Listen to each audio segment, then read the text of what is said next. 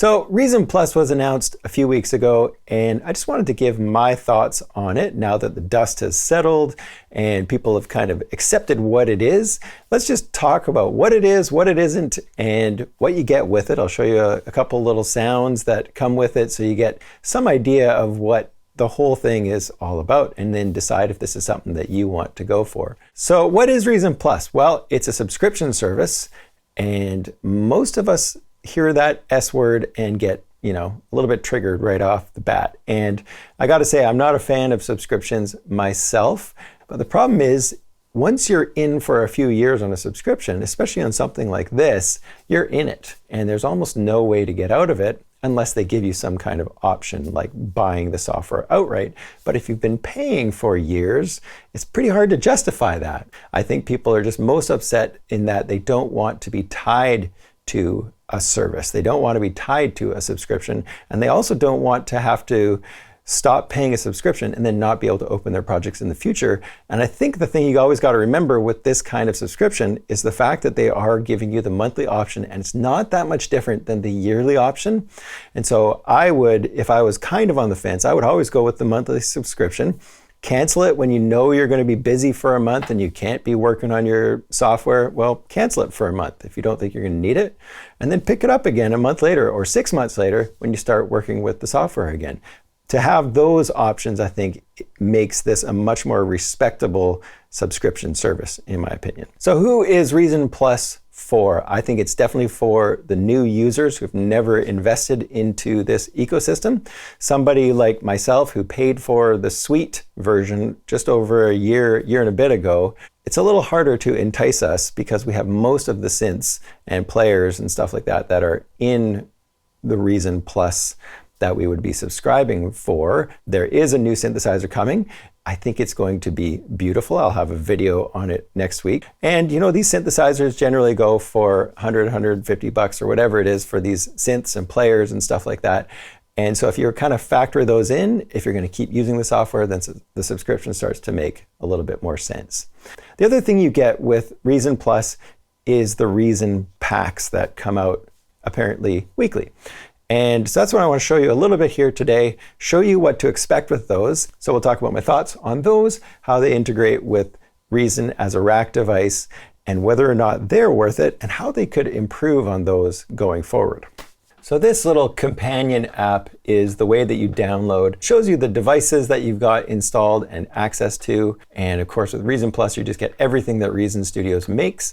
And then over here is the sound pack. So I'm not going to talk about the devices today.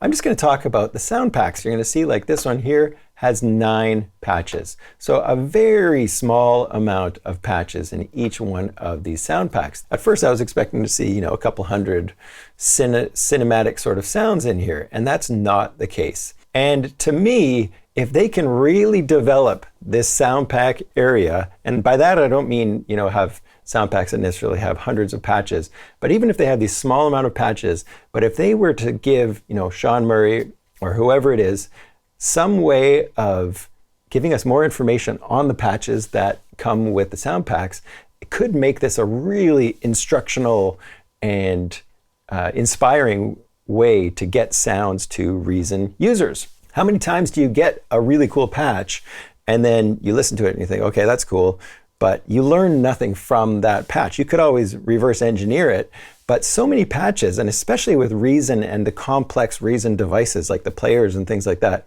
if each patch had a little bit of a tutorial that went with it, now you as a user could learn from that patch and make your own. So let's go look at some of these patches, and I gotta say, they're really good patches. There aren't many, but they are good patches. And I think if you know that going in, then you're not going to be disappointed. This first one is Future Sounds, Sean Murray, who does amazing YouTube videos. We see a bunch of bass, drums, keys, etc.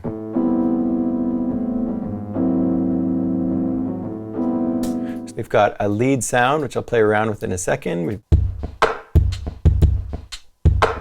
got a kit in here. There aren't a lot of Rex loops from what I can tell in these sound packs. Some of them have a few Rex loops, but it's not about loops as much as it is about these custom-built patches in Reason so far, and that may change in the future. I have no idea. But if I click on Show Devices here, we can see we've got an insane amount of devices just in this keys instrument. So we've got a Europa synth going through a whole bunch of different effects. It would be great if we had a little tutorial tab here and we could see, all right, on this patch, this knob here, crank this and you're going to get this result. If they had this kind of information available to us, we could take these patches so far in terms of applying them to making our own stuff. And so I really hope they push the blog on the Reason Studio's website with their sound packs in that direction, or even potentially make it available right in this tutorial side. So what else do I have in here?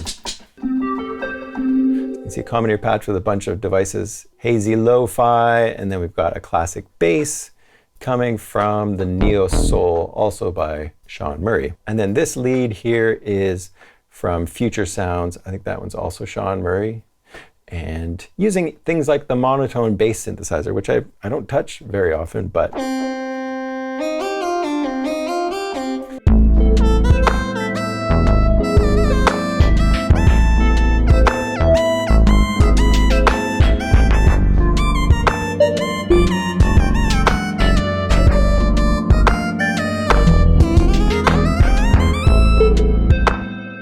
so here's another little idea. First one here is this Final Fantasy box.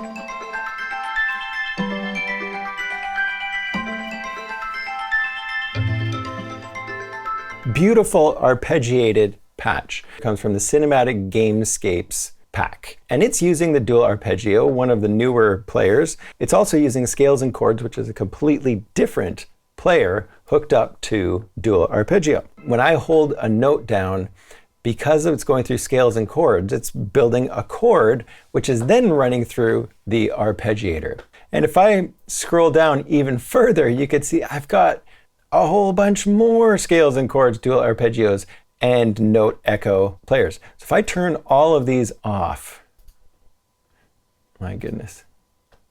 And then now let's take this and let's set it to one note. So now we can kind of get an idea of what is happening here. And the coolest part about these devices is that you can confine them to a key. So we are being confined to the key of G major. So if I play an A flat, it sets it to a G for me. So this scales and chords things will only let you play in whatever key you've chosen over here on the left-hand side. So if I turn the notes back up, maybe make it more complex, now we can hear a much more complex chord going through the scales and chords, which is then getting fed to the dual arpeggio. Beautifully designed and a really great way for us to learn about the devices in Reason. So let's look at the next one. So we'll go to Drowsy Beats, we go to our fixed patches, and then we can see a bunch of patches right here. So this one is called the Baller Beat. Let's have a listen to this one. And all I have to do to hear this one is hit Run Pattern Devices.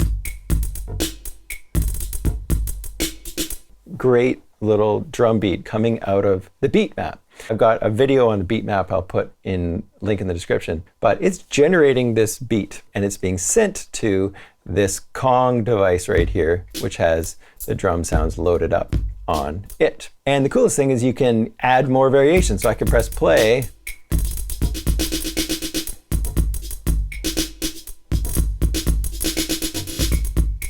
and just add some variation by increasing the density on whatever, main element of the kit that I want to play with.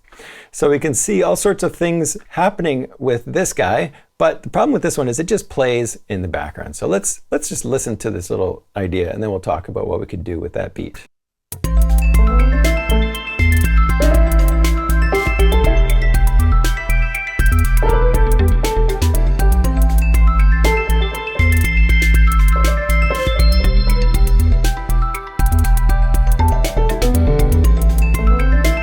We've got a bunch of patches. They're all from different sound packs. We've got a little trap bass synth sound, pretty simple. And then we've also got the Chill Tapes ambient piano. So now let's just talk about this baller beat and how we could, take something like this and really work with it in a project inside a program like Cubase. So I need to get this little player outside of the combinator.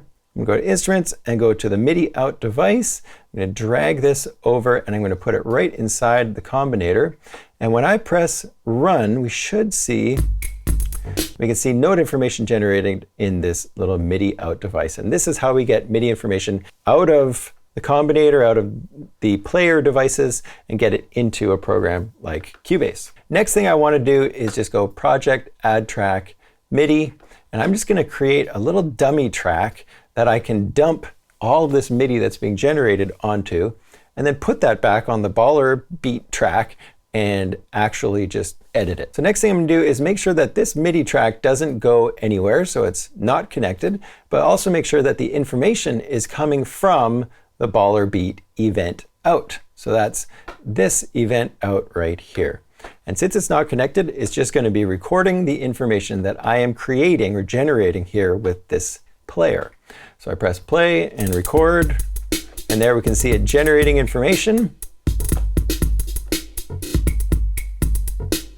Maybe let it run for a little bit. Then I'm going to start messing around.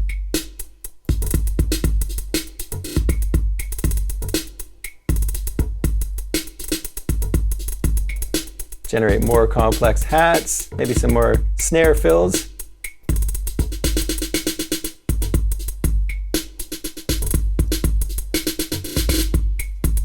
And then press stop.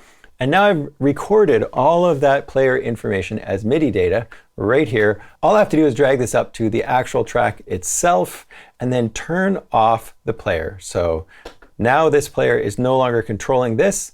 It's only going to be MIDI information generated from the device itself right here. And then now I can go in here and I can start editing all of that information. So I could, go in and choose a few bars that I want to be the main loop for my song, and then maybe also cut out a few of the fills that I really like and then paste those at different sections in the song.